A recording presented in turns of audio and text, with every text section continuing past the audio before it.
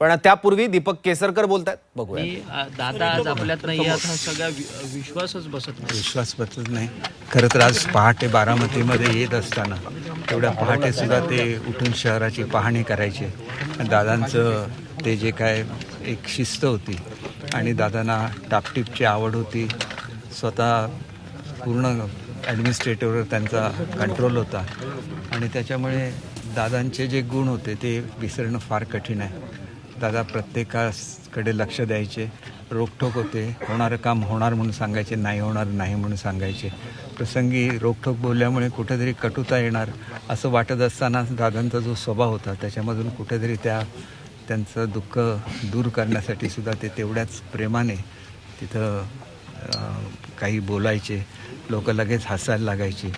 असा नेता विरळ आहे की ज्यांनी मनापासून सगळ्यांवर प्रेम केलं.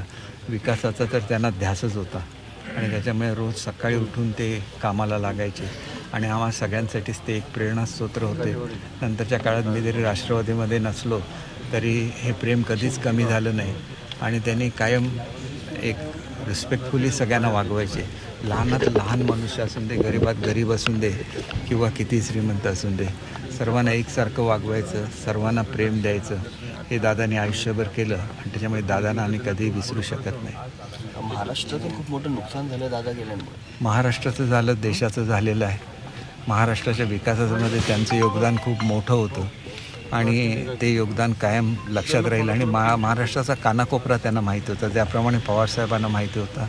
तेच गुण त्यांनी घेतलेले होते आणि त्याच्यामुळे कार्यकर्त्याला नावाने ओळखणं, गावाची नावं लक्षात ठेवणं आणि त्याप्रमाणे त्यांच्यासाठी काहीतरी करणं हे आयुष्यभर दादा करत राहिले.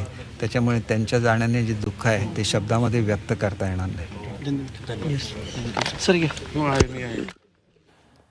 त्यामुळे अजित पवारांच्या जाण्याने जे दुःख होत आहे ते शब्दात सांगता येण्यासारखं नाही आहे. काम होत असेल तर अजितदादा काम होईल असं सांगायचे आणि नसेल होत तर स्पष्टपणे तसंही सांगायचं. हा स्पष्ट वक्तेपणा होता, हा बेधडकपणा होता अजित पवारांच्या स्वभावातला, जो प्रत्येकाला भावायचा. त्यामुळे सर्वपक्षीय कार्यकर्ता अजित पवारांवर व्यक्ती म्हणून प्रेम करायचा, राजकारणी म्हणून मानायचा.